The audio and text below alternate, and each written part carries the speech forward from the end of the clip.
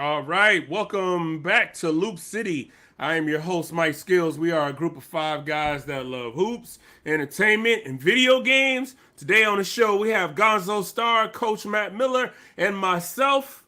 And today, we're going to talk about Stephen A. Smith and JJ Redick's era discussion that broke down into got a little testy on Get Up. We're going to talk about sneaker news, but first, we talking about the game that hopefully you just watched, Game 3 of the NBA Finals.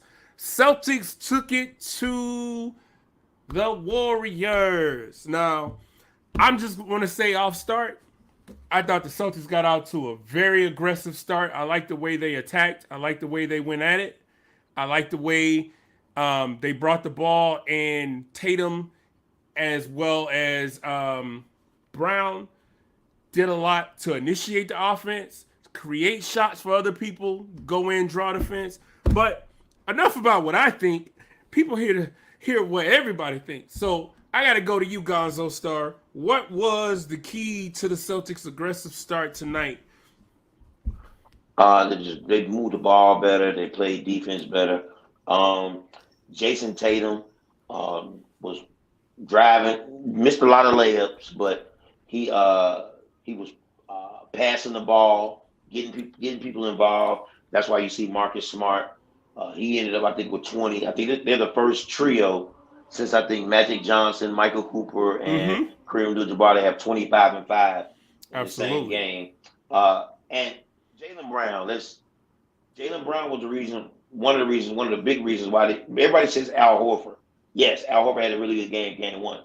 But Jaylen Brown was pushing the break, playing defense. Him and Robert Williams he was throwing oops to Robert Williams. He kind of sparked the beginning of that fire in game one. He came out and sparked it tonight in the first quarter, and they pretty much never really looked back, except for when Golden State started to come back in the third quarter when Steph got hot. But clearly, right now, Jaylen Brown is the MVP of the finals for the Celtics. Everybody keeps saying Jason Tatum's shoulders hurt.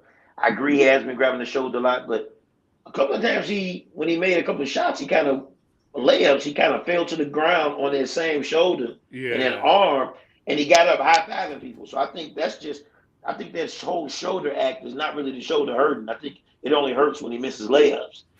But I mean, just my assessment. Good team effort.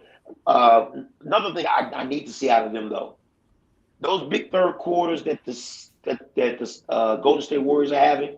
I noticed that they're having those big third quarters when Robert Williams isn't in the game now. He has to get more time in those third quarters to slow them down.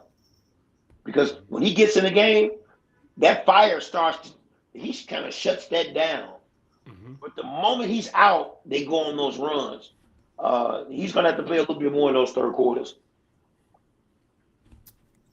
All right, Matthew Miller. Coach, what did you see from the Warriors for that flat start? What would you say? First, Mike, because there's three of us. Normally there's four, sometimes five when we have Rad and Pete and all that. I have two guest homies tonight that I want to introduce everybody to. I have the homie, Alf. Yes, the OG. I have Alf with me tonight. Okay. Then I have the young fella. My man Grogu. Yes. So you're covering the both ends of the spectrum of our demographics. Man. Hey, yeah, man, I got the aliens with me tonight. Let's do it, man. I'm ready. Here's what I noticed in that first half. I had to do it, Mike. I knew you'd get a kick out of it, Mike. And for people who are just listening to us on audio, look us up on YouTube, and you'll see what I'm talking about here with the homie Alf and the homie Grogu. Most of you probably know Grogu. Some of y'all might not understand Alf, but that's cool. But what I noticed today, coming out of the gates, Golden State could not guard. I'm going vulgar tonight, Mike. Is that okay? I'm going rated R. Is that okay? I mean, don't go too rated R. Do PG-13. They Golden State could not guard a goddamn chair in that first quarter. It was just the point of attack defense was terrible. And it was layups, threes, and just like, and that's what and you get down behind, right? You get behind in the game, and now you're playing catch up. And that's what happened tonight. And of course, the typical third quarter Golden State blitz. But what I noticed and what I had a problem with Boston, and to Greg's point with Horford and Robert Williams, when Williams is out of game, when Horford was guarding the screen and roll with Steph as the ball handler, he was playing in drop coverage. Mm-hmm. We saw what the results of that was. I talked about it in game 2. It was happening again tonight. It's like, why are you playing drop coverage against Steph Curry, right? And then a couple of times, Horford didn't quite play drop. He just kind of, he kind of went under the screen, kind of stood there. He didn't drop, but he's not quick enough to get the hand up in Steph. But when Robert Williams was in the basketball game, he didn't have to play drop. He didn't really have to get up into Curry, because one thing, and I said it on Twitter tonight, the timing of Robert Williams is unbelievable. It's impeccable. Like, the guy's timing, whether it's contesting a three, getting a piece, getting a piece of a floater or a shot at the rim.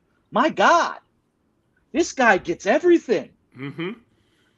And then Jaylen Brown, he was fantastic tonight. But and also what Greg said with Tatum. I mean, I saw at one point in the fourth quarter he had the 8 assists. Maybe that's what he finished with, but even so, it was fantastic. It was so much better than the last game. He's getting his guys involved.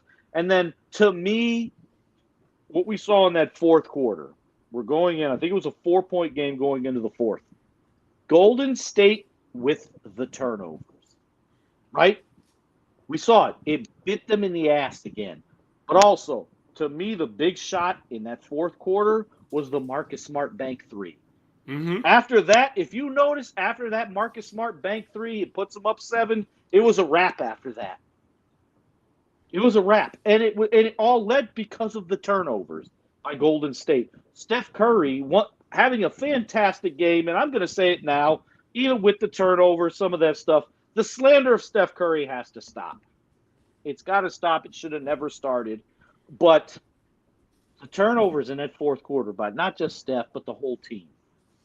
And that, to me, was the game right there, because Golden State had them right where they wanted them. And, of course, in classic Golden State fashion, just like 2016 against the Cleveland Cavaliers, we'll just be careless with the basketball. I mean, Golden State, Golden State, Matt. Yes. They're superior to Sacramento Kings, who gone king. Grogu agrees. He says yes. Well, so my next thing is, we talked about that third quarter, and it seemed like Boston, again, to Matt's point, that 3 that Marcus Smart banked in, it kind of was like whatever run Boston, Golden State was making, it kind of like said, oh, no, not so fast, not what happened the other night. And even though Golden State continued to pace with them after they caught up, took the lead, that kind of signaled like Boston fully woke up. Like, no. We're not about to do this. We're not about to go down 2-1. And one thing that I did in my notes was rebounds. Boston rebounds. Freaking Robert Williams, I think he led the way tonight with at least 10 or 11 boards. But then when you go down, Jaylen also had over 9 boards.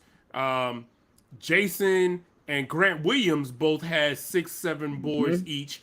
And it's like Horford had 6 boards. It was just everywhere you looked. It seemed like every offensive rebound was going to go to Boston. It felt like Boston was going to keep it. They get the hustle plays. Even the play where Steph dives everyone's diving for the ball. Al Horford dives and, in the scrum. Marcus Smart gets the ball. Exactly. Marcus Smart gets the ball. Also, Mike, real quick, don't mean to interrupt. My apologies. Boston also seemed to get most of the 50-50 balls. Oh, yeah, absolutely. It seemed like they had a sense of urgency tonight. So what I'm going to ask you, Matt, is more so, what does Golden State like?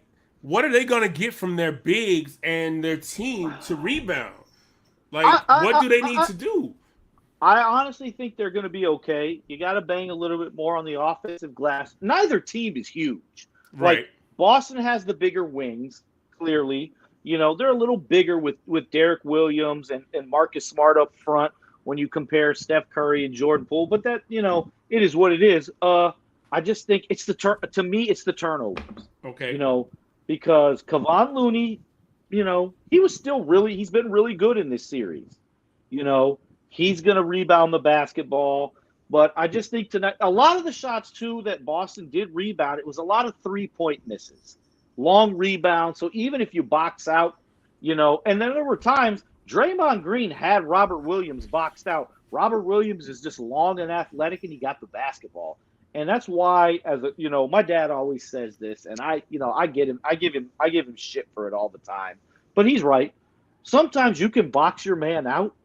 And if it's a long rebound and the guy you're boxing out just so happens to be 6'8" and long as hell and can jump higher than you, he's going to get the ball, even if you box him out. Sometimes it doesn't matter. And I think that's a lot of what we saw tonight, especially with Robert Williams. But sometimes when you shoot threes and it's long rebounds, that's really more so to me where it's a 50-50 ball in a sense. Mm-hmm. So, I think it really, what it comes down to, it was the bad start by Golden State in that first quarter, the bad defense. They could, literally, I think a chair could have played better point of attack defense than Golden State in that first quarter. Well, the first half, basically. Yeah. You know what I mean? And in the second half, they make their run in the third quarter. Fourth quarter, classic turnover Golden State. To me, that's really what it was. So that's a good point. I mean, that you get off to an awful start like that and you have to claw your way back in. That's not usually a good sign of how the night's going to go. Absolutely. Even if you catch up and take the lead, you still, you expended so much energy trying to get back in the game. Gonzo, can you talk more about what Boston did in the fourth and the way they defended and the way they just basically said, okay, everyone says we couldn't play together. Everyone says we don't make other players better. Are we witnessing the Jalen and Jason maturity in front of our eyes? Are we witnessing they figured it out and they about to be a problem? Absolutely. I'm not going to even say they're going to be a problem. I just think that this is their best chance of winning the championship. And I think it just took the right coach to kind of get them the right idea about how to play. It just comes with just time. You got to realize these guys were young coming in, and they were just trying to find their way in the NBA. And I think they just found their way. They just realized that we have to play basketball different from how we play playground basketball and college ball. We have to play basketball totally different now because teams in this league, they win playing team ball and passing the ball around, playing defense, diving for loose balls. This is the stuff that makes champions. But the fourth quarter, that was just courtesy of Golden State's turnovers, which is characteristic of them throughout their championship runs. They've always made mistakes in fourth quarters. If we go back to the finals when they lost against LeBron, when LeBron came back down 3-1, Steph Curry threw a pass or something behind his back out of bounds. I remember this is something that. they've always done. They've always done this. So this is nothing new because Golden State, as good as they are, they're still a finesse team. And a lot of stuff they do when it comes to passing is not fundamental stuff. It's more flashy. And that stuff comes back to bite you and haunt you later. Yeah, watching the turnovers, I remember at one point it was they showed the points off turnovers, and I think there was a nice little disparity between Boston and Golden State. And it's just, they get sloppy with the ball. They get careless. I always said that the Golden State is the best way to beat Golden State. What I mean by that is the Warriors find a way to beat themselves. They find a way, when they get on that run and it's hot and the balls are going in, they're making crisp passes and the offense is moving, I think they get a little too caught up in that and trying to like outdo themselves. That yeah, they're careless with the ball, but I think that's a part of it. I definitely think that.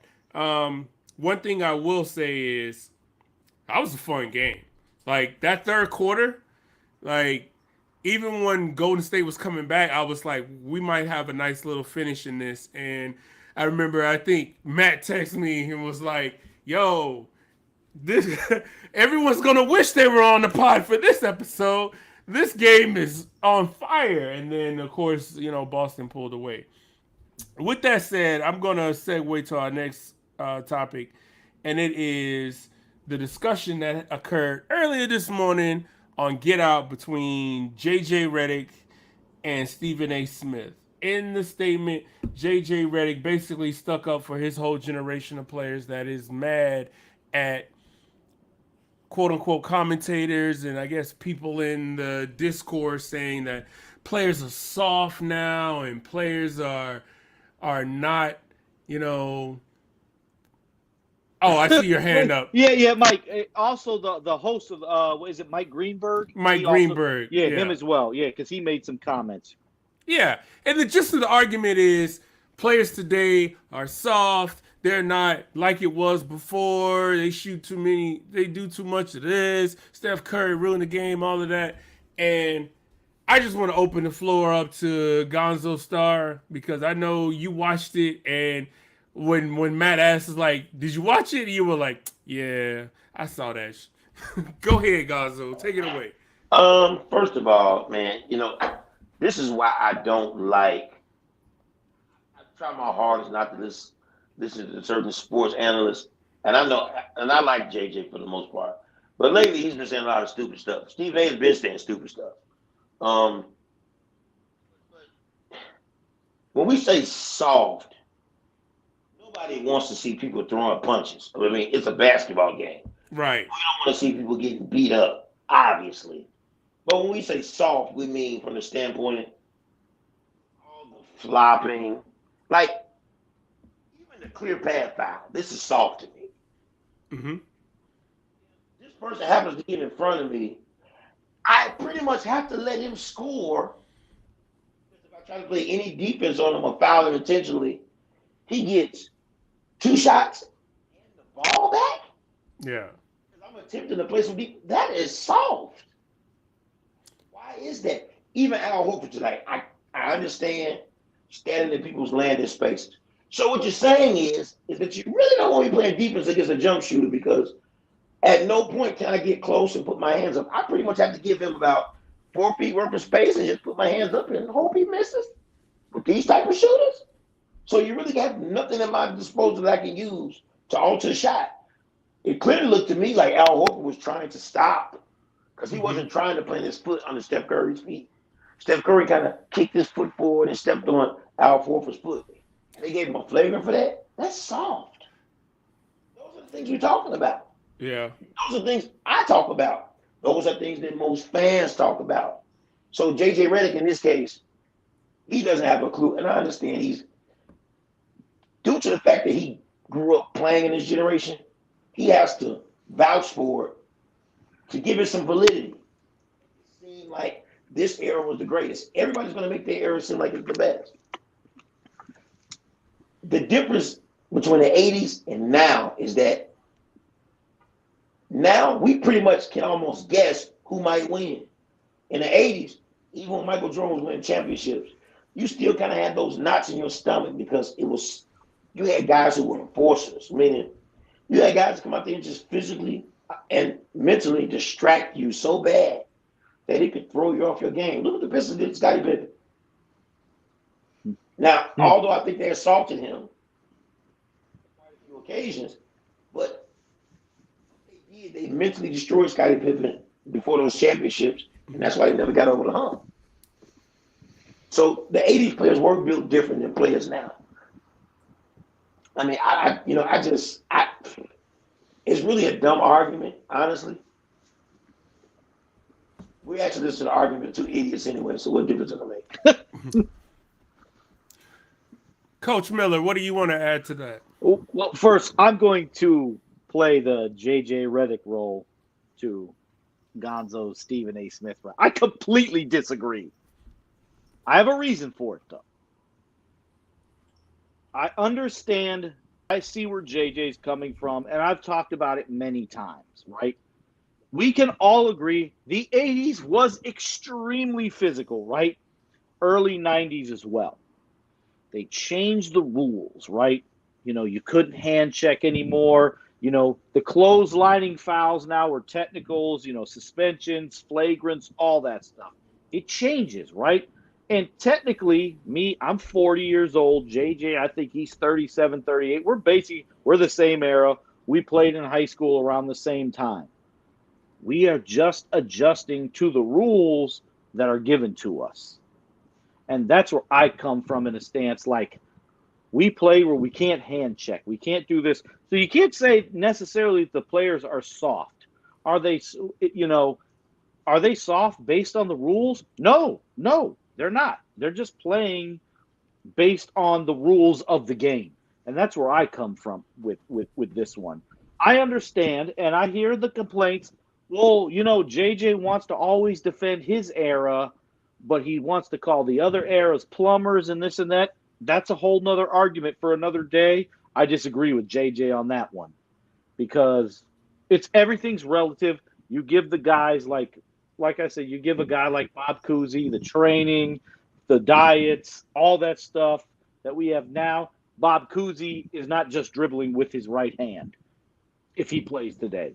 He's doing all that other stuff that we see now. But that's a whole nother argument. But that's where same thing with the physicality of the game now. Yes, and the game is physical, but you get penalized for it. You can't just. We saw the what was the play? L.A. and Boston. Who was it who got clotheslined in the 80s? What was that play? Oh, Kurt Rambis. Yes, exactly. McHale. That's on, like man. That's 1984. Kurt Rambis would be suspended for the entire playoffs now. Back then, that was a common foul. I don't even think he got a flagrant back then. And if he did, that's all it was. He didn't even get booted from the game. Yeah. But that's all I'm saying is, McHale didn't get booted. Yes, we can't call players soft now for playing based on the rules that is in front, that they're playing with. Same thing with, we always talk about, well, these guys are teaming up. Well, yeah, but the AAU scene has changed completely. You get to pick where you go to you can change high schools. Mm-hmm. It's just relative to the era now. Does it mean they're soft? Does it mean they're weaker? No, I don't think it does. So I'm with JJ on this one. Now, if you want to push back on JJ for the plumber comments, hey, I'm with you on that. Yeah, I'll push back on the plumber comments. I'll push back on, the NBA was so rough and tumble back in the day. No, that was the nature of it. The other day, I don't know if you guys saw that video that was basically someone took a CBS NFL intro from the 70s and they just played it unedited. And if you watch that, you can't do any of that in the NFL today. And it's the same thing with the NBA. You go back and watch those Bulls-Pistons series, those Lakers-Celtics, those Pistons-anybody series, to be really. Yeah. Hell, the other day was the anniversary of the Heat and Knicks, where it basically, where Charlie Ward, that's the one where PJ Brown, no, not that one. The one where PJ Brown throws Charlie Ward into the press row, and just in that 30-second clip, I counted about 14 flagrant ones and about 17 flagrant twos. Let me guess, not one flagrant was probably called. Well, it was a lot of people suspended because it was a bench clearing brawl. Oh, okay. But they were suspended a game. So it's a difference in era. Yeah. Well, and we have to respect eras, and we have to have the context in eras. And the main thing with that is, if you're gonna judge players from the era, we gotta judge them on the rules they played in the era, and vice versa. We can't judge. I can't judge LeBron or I can't judge Curry for the way he plays in this era, how he would be defended in the 90s. He would have to adjust. And vice versa. If you take Mitch Richmond from the 90s or Chris Mullin or Michael Jordan or whoever from the 90s into this era, they would have to adjust and get accustomed to certain things. So that's Real quick, my Mike. 2 cents. Hey, I'm glad you brought the football argument. And Greg, I want you to comment on this because I know you got something to say. Basically, the Tom Brady rule, right? Oh, the tuck rule. The Tom Brady rule, right, Greg? Absolutely. The tuck Totally rule. cheated for the man. No, it's not where I was going with it. But they just like the game, like quarterbacks now. You can't touch a quarterback now because of the time. I don't know what. Hey, what do they call it, Gons? In the NFL, Well, what's They that call rule? it the tuck rule. The tuck rule. The tuck rule. Okay. The tuck rule. But hold on. See, they stopped the hidden quarterbacks. That wasn't the reason why they stopped the hidden quarterbacks. They stopped the hidden quarterbacks after Lawrence Taylor, what he did to Joe Theismann. Mm-hmm. Is that when Theismann messed his knee up?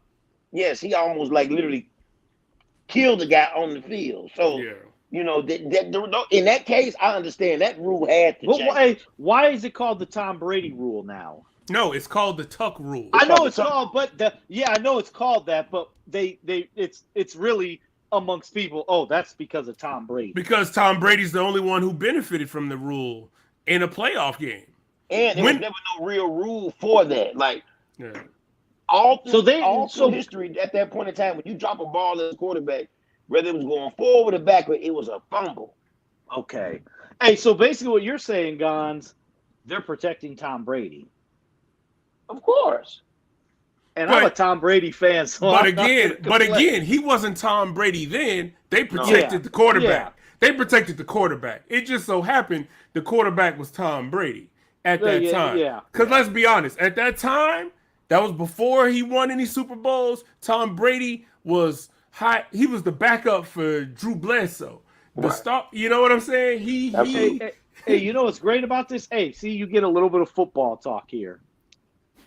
But in my opinion, he still ain't the best quarterback. I don't get it. After the plate game, spy game, line game, whatever. Yes. He has every gate there is possible. I mean, I give it to him. He's a top 5 quarterback all time, but he is not the greatest. I'm sorry. Hey, see, Mike, this is what we get here, man. We talk NBA, we do all this, we break down the finals, and we get Tom Brady, man. Hey, next month we might talk about some FIFA. You never know. Nah, because I don't watch soccer, so I won't be a part of that. Well, not hating on soccer, I just don't watch it. So speaking of feet, or should I say on foot, Coach Miller has a little something to introduce for the sneaker segment tonight, because there has been a lot of sneaker news. Yes, you are correct, Mike Skills. What you got? Okay, so I'm going to go to you in a moment for the screenshots. But first, I got 2 pairs here live. One, these just came out last Thursday, like not even a week ago. This is the Air Jordan 36 low. I think people have seen me. I showed the 36 infrared low. This one right here, same thing, but I don't know. Here's the thing. I'm going to say this. I don't know why the hell Jordan Brand does this. What's the point? I don't understand this thing, but it is what it is. It's stupid. One of the guys I follow and anybody who listens to sneaker stuff, you guys know who Nightwing is. He says the same thing. Why? What is the point of this? It's stupid, but it's there. But yeah, and I thought the colorway of this sneaker is interesting because it's light Orwood brown crimson bliss. And the crimson bliss is this color here on the midsole, this peach colorway. Would you say it's like a peach, right, Mike? Am I correct? It looks like a peach. Like a peach. Yeah. Mm-hmm. So that tells me, and you got the little green hit on the lace lock and then on the back, but that's not on there. But you'll see it looks white. But I think that's where the brown is, the light Orwood brown. What Nike Jordan Brand is calling it. It's like a cream colorway though, so it looks a little different on camera. It's a dope sneaker. The 36 is nice. Our guy, he's not here tonight. Rad, he wore his black and infrared 36s and loved them. Comfortable. It's a dope shoe, And I'm all for the marble bottom. It's a dope shoe. But here we go. I'm going to go to a retro now. I got a retro for us here. And this one here, I had this. This is the second time it's come out. I got to show the box because the box is dope. It's a Jordan 5. But here's what we got. We got the Green Bean 5. As you can tell, based on this, if you're watching the video, it's clear the upper is 3M. You got the green hits on the shark teeth here. You know, on the Jumpman. A little green lace lock inside the clear part of it. The back, bottom. Just a dope sneaker. I was in the Navy when these originally came out in 2006. That's why I had to get them. I love this shoe. And if you don't see it in the light, I wish I could get a perfect view because when you don't see the 3M, it looks like a cool gray, like nubuck material. It's a really, they did a fantastic job. And I had the '06 version. And I know there are people who are going to say, oh, it's not that. It's just not the same. Man, they're just trying to say that to get hits. Just to be different. No, it's a fantastic job by Jordan Brand. And I am not a shill, by the way, because I left Jordan Brand for the longest time. But Mike, now is the big main event here. We are going first. Oh, wait, no. First, Mike, let's talk about the Air Jordan 36 Taco J. Mm-hmm. So if you're watching live, Mike is going to post this picture of the Taco J. This is coming out, I want to say, it's coming out this month. I think the date is June 19th. Let me go to my phone. Let me go to my phone here because I'm going to get it because it's actually on the Nike website. Hold on, Mike. I got it there. So that is the Taco J Air Jordan 36. Let me get you a release date if I can, man, because actually, you know what? I can do it this way. I haven't exited out of here. Hold on. I should have had the date here ahead of time. That's on me. But I got y'all real quick. Hold up. I got y'all with the quickness here. So the Taco J36 will be coming out. It will be available on Nike.com, not sneakers. June 17th. June 17th is the Air Jordan 36 Taco J. And what I like here, scroll back one more, the other way, Mike. Yeah, this is the one thing. I do not like this. I love the 36, by the way. I don't like this colorway. But that Taco logo, the eyebrow is the Nike swoosh, and I think that's dope. But real quick, Greg, I'm going to you. I have to ask, Greg, what do you think of this Air Jordan 36 Taco J? Garbage, hot garbage. You know what? And as I said, you can put this on a dead guy, and I promise you, he'd haunt you for the rest of his life, for the rest of your natural life. Oh. There's no way. And real quick, this is a Jason Tatum PE, by the way. It is him, and we're not trying to hate on Tatum, by the way. No, that's not what this is about. But it is hit. But yeah.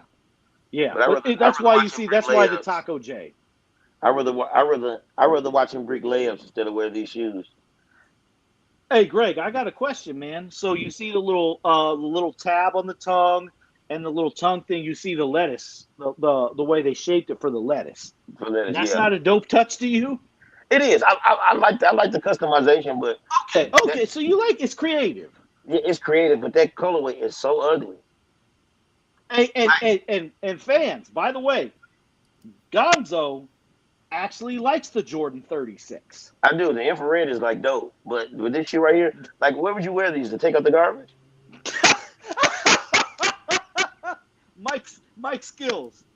Yes. I'm interested in your thoughts on the Taco J. I think it's a very creative touch. Definitely with the lettuce and the taco shell color, of a hard taco. I think it's a nice touch. It's very creative. It's probably gonna come out on Taco Tuesday. I personally, I wouldn't wear this. I wouldn't wear this pair, this particular colorway. But I do think it's creative. I like the concept. No, I know the 17th is not. It's not Tuesday because my birthday. Yeah, it's a Friday. Yes, I know that because my birthday is Wednesday of that week. So that means So that means I will not be copying these for my birthday. But I do have something on the way from my Sneaker Connect, which I might post on the next one. Nice. Okay, now we are going to something that has not been released yet, The rumor is July. I'm going to guess August because I have the first release last year of the Jordan 36 was in August. It was the all white with the gold. So now we got the Air Jordan 37 here. I am a fan of this sneaker, by the way. I know I'm probably going to be the minority in this panel of the three of us. I'll be in the minority. And here you see with this first colorway on the top, that is the hair colorway, the hair sevens, right? You see it with the with the white, the red, and all that stuff, a little purple. Yeah. And I like the top-down view of this photo. It's not perfect HD, but what I like about it is you can see top-down view, and you can see really where the 7 inspiration comes from, which I like. And I also see a lot of Jordan. I see a lot of the Jordan 22 in this and the Jordan 9. And that's where I'm at with this. And I'm a big fan of the 22. I didn't used to be. That's the back view of of this 37, which I think is dope. You got the Jordan, you got the Michael Jordan signature there. You got the Jumpman on the pull tab. I think that's dope. Great touch. That's Jason Tatum's locker room. I don't know why he didn't bring them out tonight. He wore those. He wore his Mamba Tribute 36s. Good for him. Great job there. I'm not going to gripe because he's been balling in those. But I like this 37. Now, this bottom one here that you're seeing, to me, this, like, everybody knows a lot of people call the Playoff 7 the Raptor 7 because of the colors. No, that is the Playoff 7. The Raptors did not exist back then. This right here on the bottom, that is the Raptor 37. We can call that the Raptor 37 because, the Playoff 7 was a black-based sneaker. This is white, but it has the Raptor colorways. We'll call that the Raptor 37. That is the one that Jason Tatum, they got a blurry view of him working out in it in the Miami series, and maybe it was even at the end of the Milwaukee series. But it was like almost a month ago, he was working out in that shoe. I like them, though. It's a lot of the materials are the same. You got the lino weave, just like the 36. But one thing they are bringing back that I know that I have seen, they're bringing back the carbon fiber plate, which I think is dope. Mike Skills, I'm going to you for this now. I know you're the host, but I'm still going to you. What are your thoughts on this Air Jordan 37? Then we'll go to Gons. Again, it's a tribute to the OG Jordan 7s. Obviously, the first colorway is the hairs. That's one of my favorite colorways of the 7. It's a marvelous colorway. Same thing with this, new, Raptor 2.0 colorway on the bottom one. The reverse Raptor. Yeah, I like the concept of them. I'm not too hot on it based on these photos. I love to see it from a better angle, maybe an isometric view where you get a little view of the side and top together at once. But, it looks like it's going to be a great performance shoe. Absolutely. I don't think I see anybody just rocking these. I think this is true performance. So basically, I'm the only one here I'm the only one of us three who's probably going to rock these then. And I'm definitely going to have these. I am going to have these. You so far, I think it might be just you, but I'm curious to see what Gonzo thinks. Yeah, I already know. Great. Hey, come on, Gonz. Before I say what I have to say, let us all bow our heads. Dear God, please help Nike to stop making these atrocious sneakers. Amen. Like, serious. Like, I'm not wearing this shoe. No way. Nike has to stop. Like, that 36 is hot. I like the 36. I wouldn't wear it with an outfit. I would definitely hoop in those. But these are like some colorful work boots. That's what they look like. I don't know, man. I don't know, man. Greg, Mike, hey, go to the HD photo I sent you. It's of the bottom colorway, that HD photo. See if that changes. If Gons is if this changes his mind. I mean, it probably won't, but it's an HD photo. And anybody watching on YouTube, it'll be good to see it. Gons, you'll get a chance to go in when you see the HD photo. Probably it won't change your mind.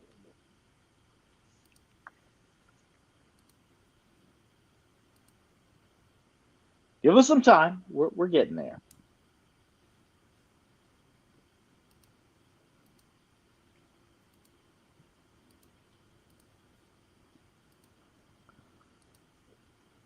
Sorry for the silence, ladies and gents.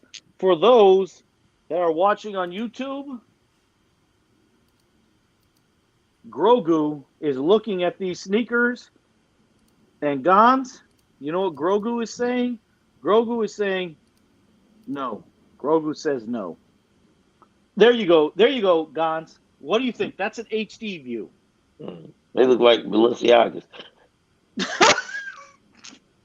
No way.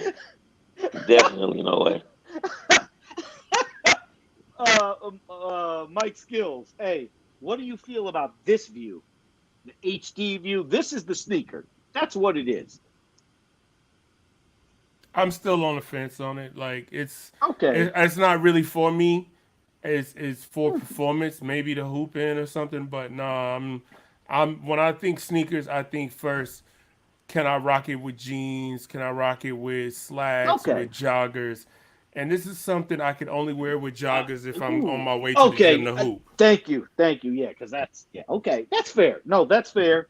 So, Mike, you're not wearing these to the club then. I mean, we're old ass men now, so we're I probably not going to the mean, club. I'm not But going to the club, but if I was going to the club, you would be rocking the Jordan 37. honestly, the way Gonzo said Balenciagas, you might show up and they might think they're Balenciagas and let you in. Like, oh, you must be somebody. You got the Balenciagas on. Hey, I'm gonna say this. Like, obviously, we know the Jordan 1 through 14, the classics. That's what had the kids. They didn't see Mike play. They still buy the sneakers. I've had more compliments when I wear the Jordan 34, 35, and 36 than I have on my retros. I'm just going to put that out there because most people don't rock them casually. So when people see it being rocked casually, it's like, oh, okay. That's my story on it. That's my story, and I'm sticking with it. It's true. I wore my infrared Jordan 34. So you know the 36 I showed a couple weeks ago, that low top. I had that in the Jordan 34, same colorway. The whole sneaker was infrared. I'm at Hy-Vee here in Bloomington. I walked by. I'm in one of the aisles, and the manager just happened to see me. He looks at me. He's like, "Man, I like your sneakers. I've never seen those before." That's all I'm going to say. It was a Jordan 34 infrared. Okay. Well, That's what I'm going. So I'm going to say that. Let me take this off the stool. well, with that being said, I want to go ahead and thank everybody for tuning in. I hope you guys got your fill of game 3. Hope you got your fill on conversations and debates on debates of debates. And also want to shout out, yeah, Matt's doing crazy things with Grogu. Yeah. We want to shout out Grogu. No, but I want to shout out. I want to shout out Pistol Pete, Toad, Rad Rim, the other members of our crew. Again, this is Loop City. We are a group of 5 guys that love hoops, entertainment, and video games. I'm your host, Mike Skills, and we are out.